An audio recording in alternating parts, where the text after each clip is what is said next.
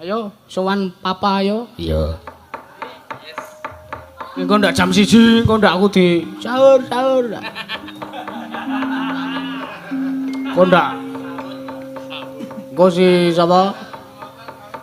Mas Joang kuwi engko ndak mubeng nutuki beduk. Oh iya.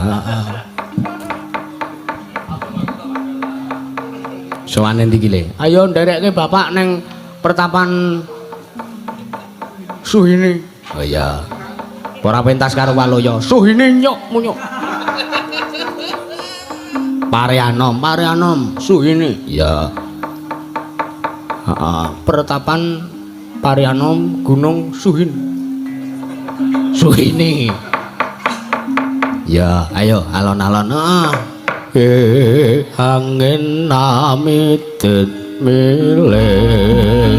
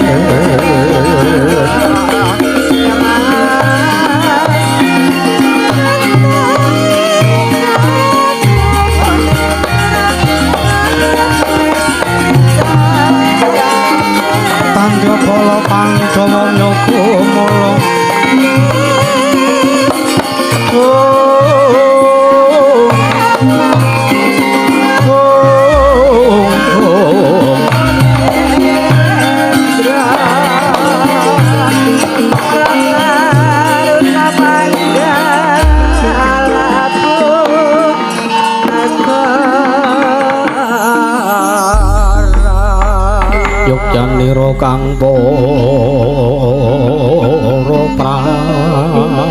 prajurit lamun bisa sanyoanmu lato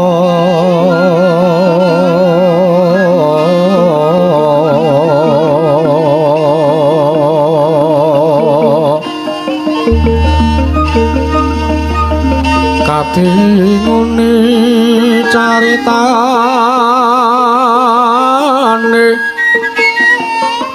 andele salam Prabu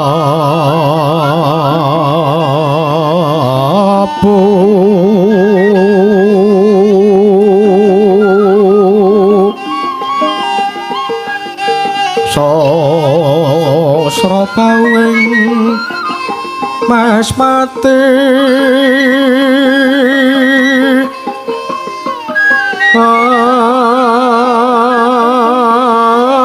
aran pate su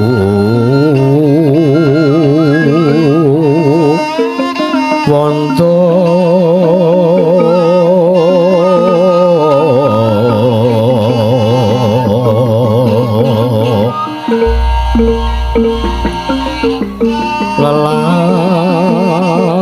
lelapuan nepo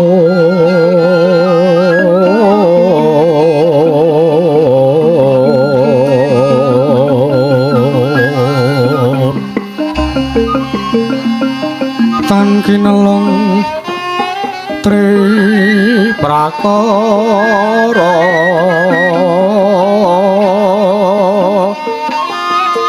kuna kaya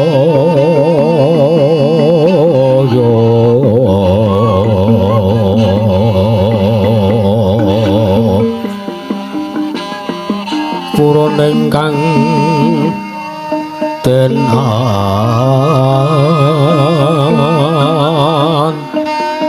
tapi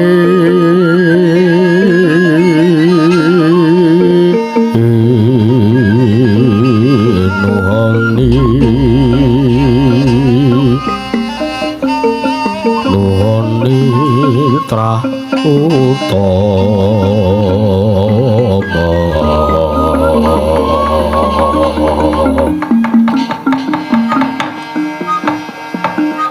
lir tandure musumile ijo royo royo tak sangkota manten aya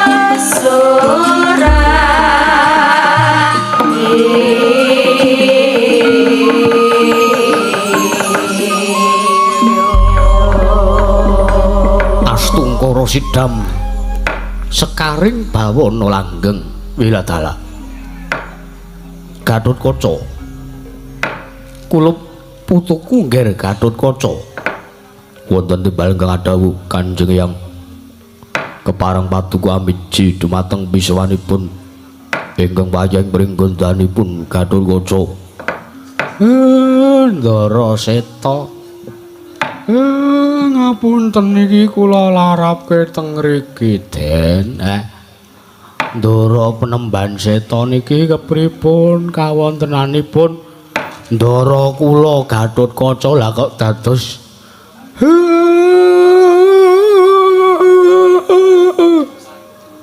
ketula-tula katali kados ngaten iki ndara. Kula nyuwun Iku partikel saha srana ingkang sae menggaenging sak mangke saged ndadosaken srana waluyanipun ndara kula ing mringgondani menika. Ya Kakang Semar ya Kakang. Ceritane ngene ya kula putuku ngger wayahku Gatotkaca. Sing jeneng Satya Gumelar ning alam padang mono pancen diwajibake lan wus kodrating Gusti sing jeneng Satya mono kudu numpes marang angkara murka. Nggih. Mula mbok menawa iki wis dadi titi wancine, titi mangsa kala wis nekani. Sira kula putuku Gatotkaca kudu nampa pacoban saka ngersaning Gusti lan mbok menawa uga pancen puniyang ingkang bakal dadi sanana lantaran nggone bisa maloyake kelawan gesange utawa uripe putuku Gatotkaca ing besok tembe mburine mekaten Kanjeng Hyang. Yo kula kangsa kuwi aja kaget sartane aja kuwatir aja sumelang atimu yo nggih kulup merga yektinipun yang ingkang tinuding dening para Jawata ing sakmengko puning ingkang kudu ndadekake srana lantaran kelawan jeneng para ya sira kula putuku Gatotkaca ing sakmengko bisa mbok gunakake utawa mbok kanggoake sangu selawasing urip. Nuwun sewu menawi dudal mekaten patuh Kanjeng yang badhe maringaken menapa kemawon dumateng kula. Kirangan menika pusaka, duka menika kadigdayan dumateng kula. Ya kula Gatotkaca pigatekno ing kene puniyang bakal maringi aji jaya kawijayan kelawan jeneng para. Mula to diake maju anggonmu sowan ing sakmengko puniyang bakal mejang wujuding ilmu utawa aji kelawan jeneng para. Kula putuku Gatotkaca tetuko sorate pandam sumula hamadangi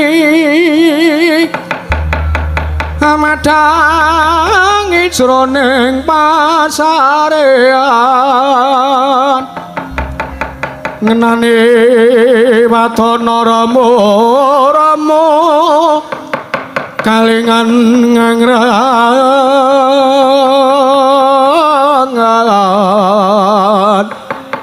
sang dyah manahangkong sumunggam kule sang kakung mangrapa babo eman-eman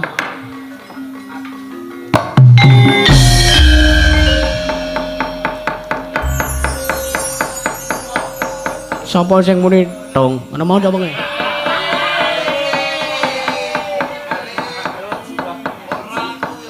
stokno wae to Gong iki penting iki menawi katon kula namung sendika dawuh patuh Kanjeng Hyang Resi Seta ing samangke menapa kemawon ingkang badhe watuku paringaken dumateng jasad kula ingkang baku menika migunani tumraping anggen kula dados satriya ingkang atleteken ati suci pepayung budi rahayu anggenipun kula badhe ginakaken perkawis menika kinarya sarana numpas angkara murka wonten ing jagat menika. Ya marata diage alon-alon geliyak-geliyak sak kamat puniyang bakal mejang wujude ngaji kelawan jeneng kita Gatotkaca. Inggih ngestaken dawuh Kanjeng Hyang Seta.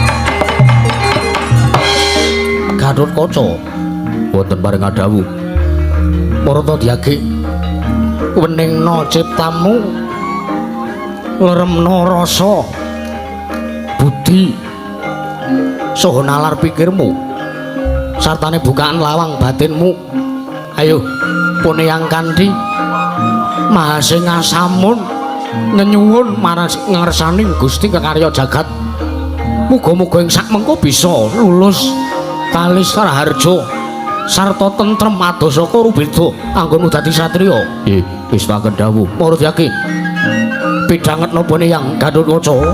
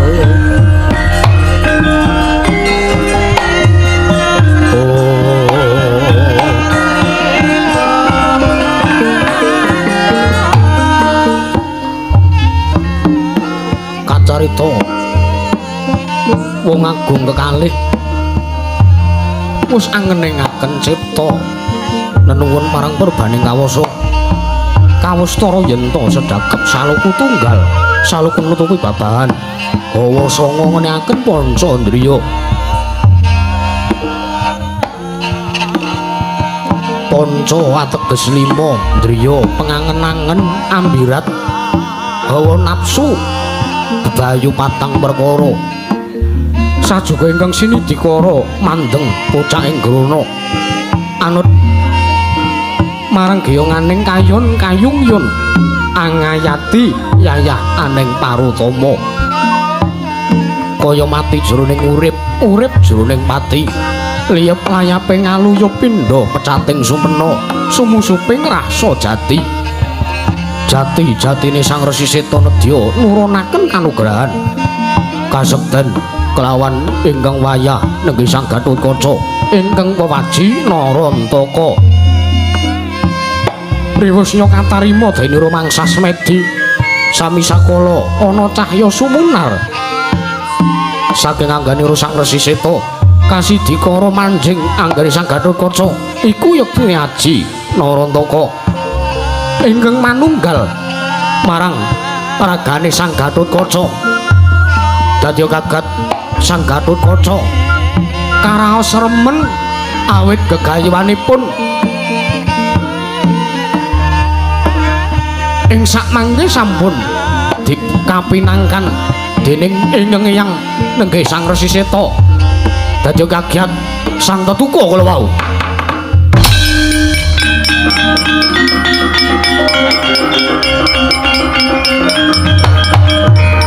Galuh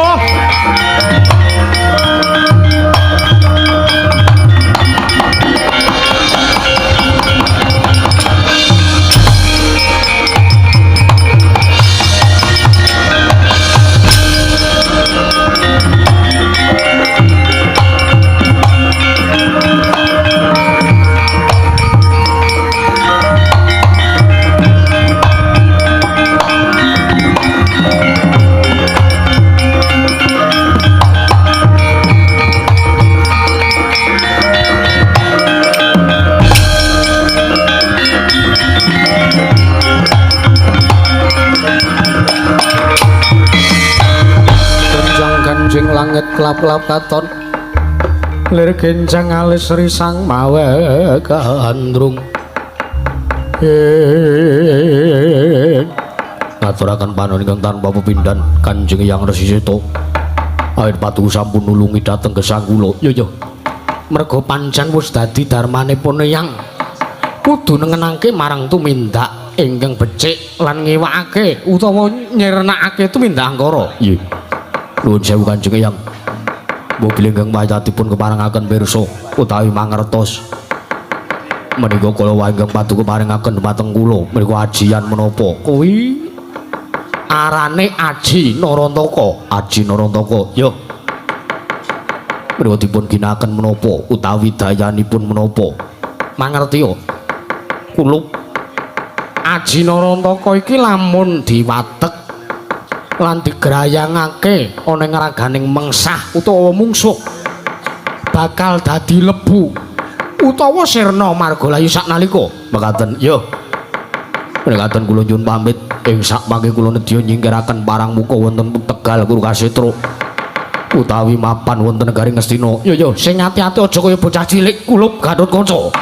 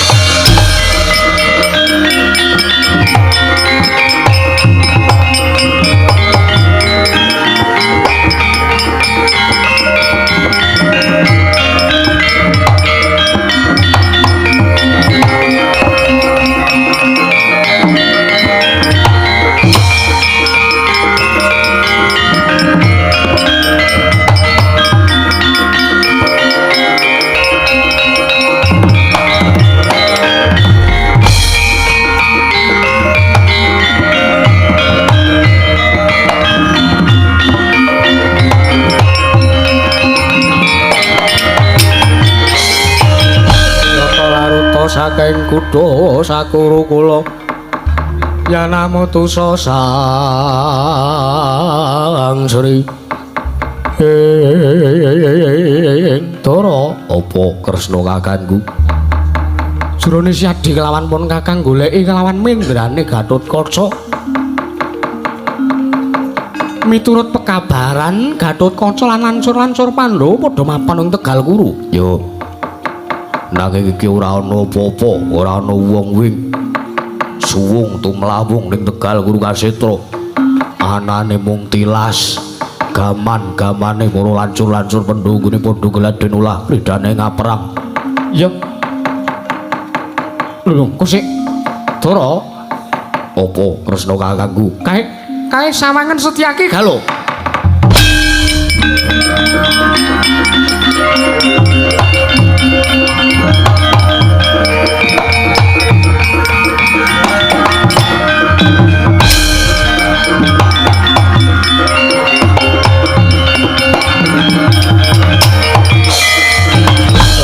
Mawur mangawur murahan tengarane ngajurit gong maguru kongso Koko Prabu ngaturaken ketiwasan kepiye Setyaki? Rikala semanten kula kaliyan lancur-lancur Pandhawa angger Gatotkaca lan sanesipun nedeng gegladhen olah kridane ngaperang. Ya, lancur dumadakan barisaning para sata krana rajang wonten samadya Tegal Guru Kasetra ingkang majeng boten sanes kejaya mung putra saking Raden Dursasana inggih menika pun Raden Dursala ingkang rayi katriwandan ngantos kula kontal dumugi ing mriki lajeng angger Gatotkaca ing sakmangke raganipun kobong kontal tebih boten dipun mangertosi dawah wonten pundi. Wela dalah Werkudara. Waitan.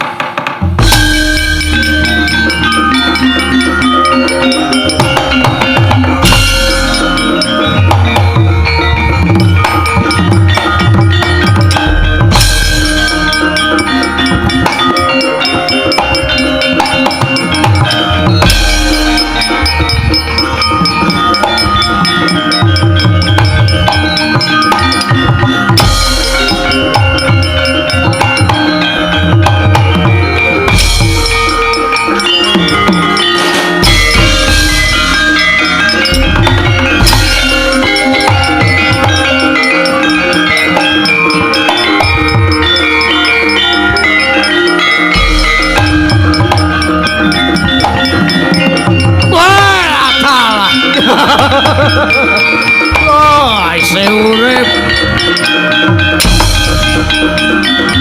Oh.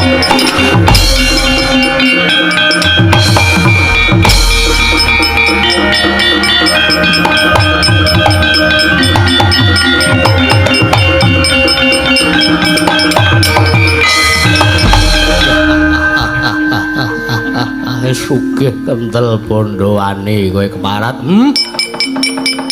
Durung kapok ngrasake kadigdayan saka aji-ajiku utawa kadigdayanku ya kuwi Aji Candha Wirayang. Malah saiki kowe maju sajak nantang sajak kowe kaya gagal kaya arep menang kowe le. Kakang Dursala ya. Ayo. Opo apamu? Aja kaya bocah cilik. Eneng iki ditentokke kowe. Apa Gatotkaca sing glundung sirahe? Lakon poteng-poteng ragamu. Aju keparat.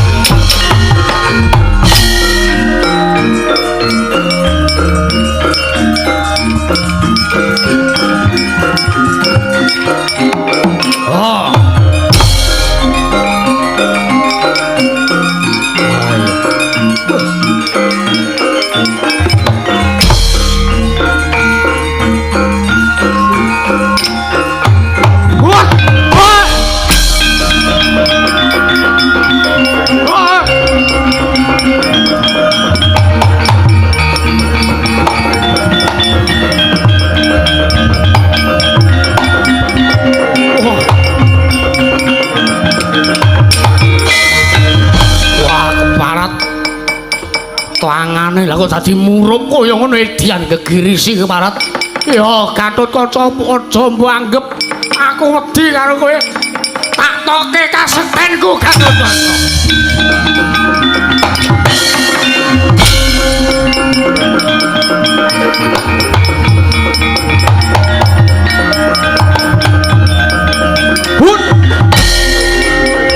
Oh!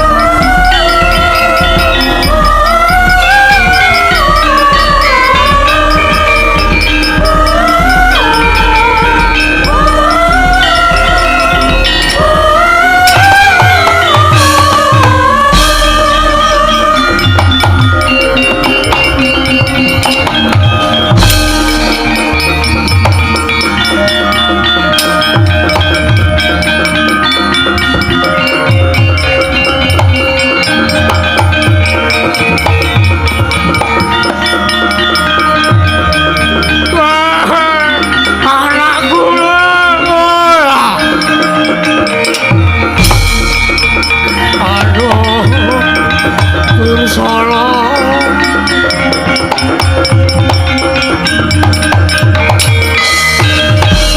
suram-suram diwangara kingking lir manguswa kang layun denya ilang kang memanise wadane rolayun kumal gocemrah nyomaradane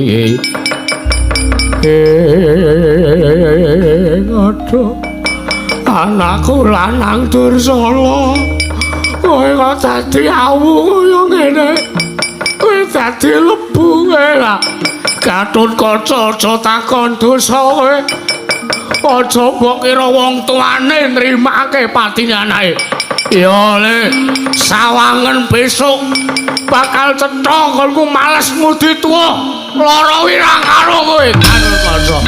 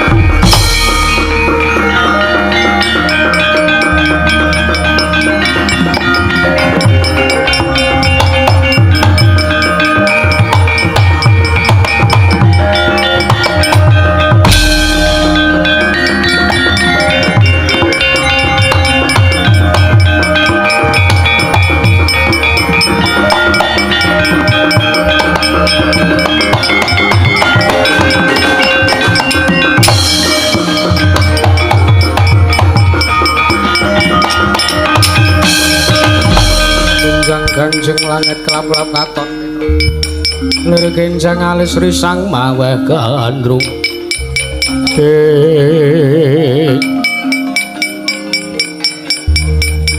Gatotkaca wonten paring adhawuh Prabu wah Gatot lah kok dadi kaya ngene kanane tahanan ono ing Tegal Guru Kaseta nika Raden Dursala pun gugur wonten ing pabaratan niki lho Gus wong ki nek urip ora gelem ngati-ati niku nggih kaya ngoten niku ning wonten ing awalipun wonten ing Ajeng Ndara Gatotkaca sak kadang lancur Pandhawa niki janjane mau ngarep latihan perang mau ngarep tembak-tembakan kok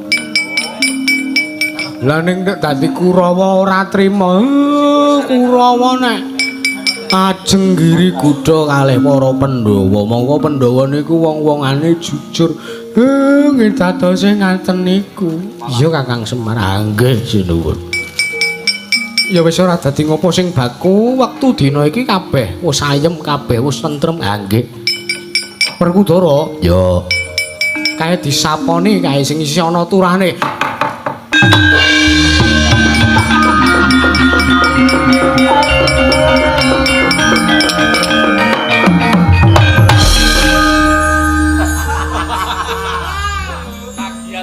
sing aku nabu sampakmu sapa? Tuaku. Lu arep apa? Arep tayungan. Ya wis kono, sing tayungan kula, sing nyaponi sampean. Yo, ayo angge. Ga.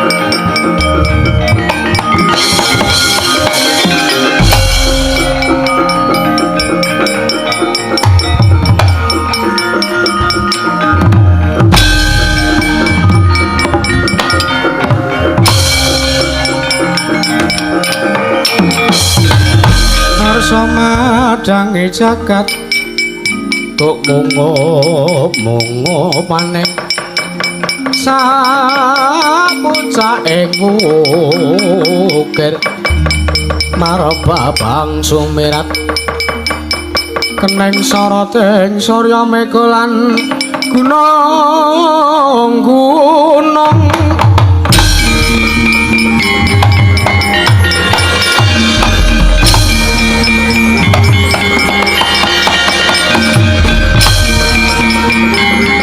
Petro kakek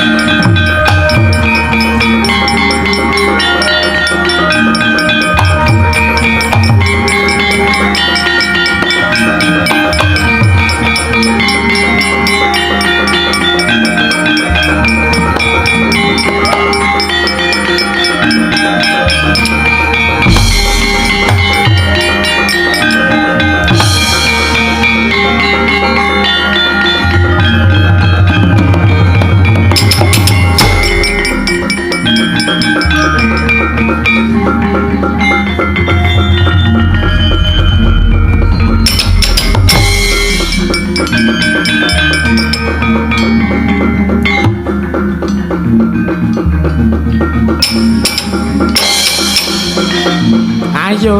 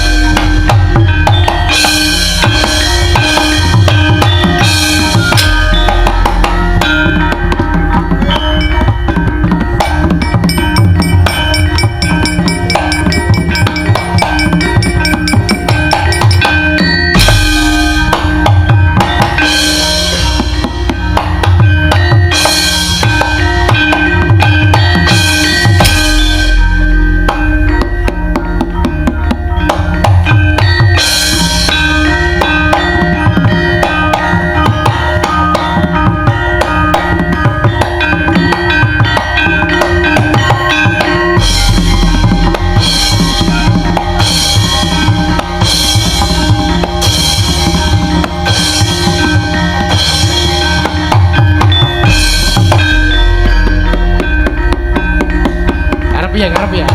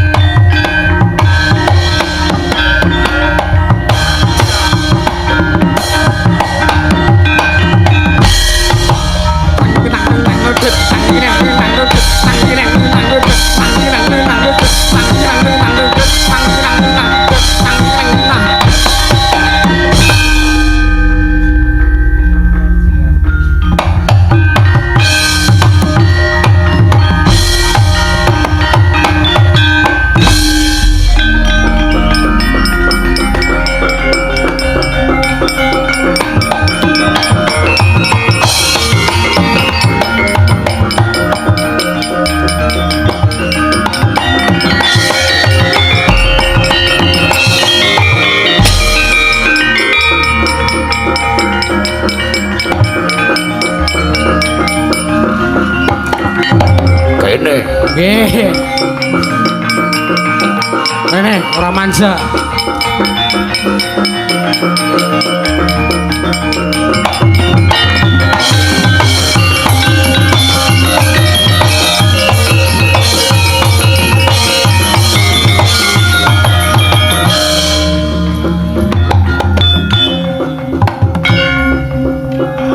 hop.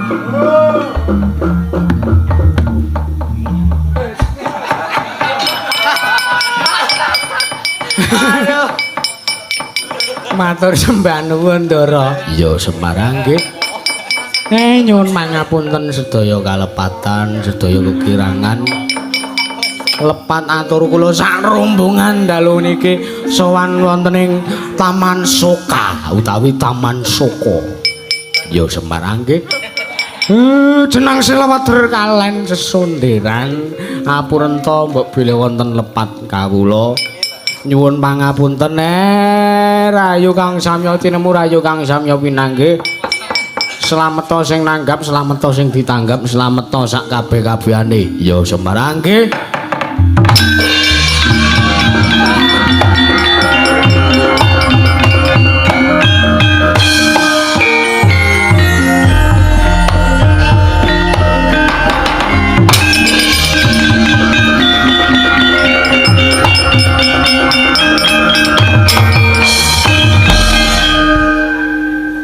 Gong, mah. Takon nanti, kok mulai? Ulah celeng kowe iki. Senengane kok kaya ngono ora. Wis nganggo iki wae. Iki wae. Pun ditutup. Iya Petro, nggih. Matur nuwun, Ndara.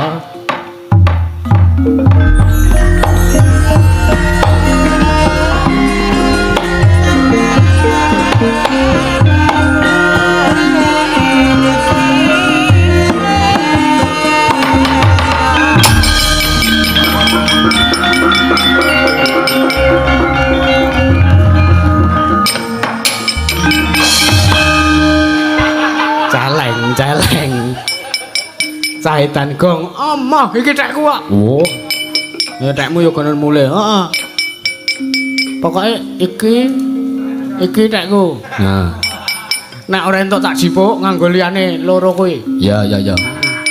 Pak Dalang nyuwun tulung Ya. ampun niku nggih Iya.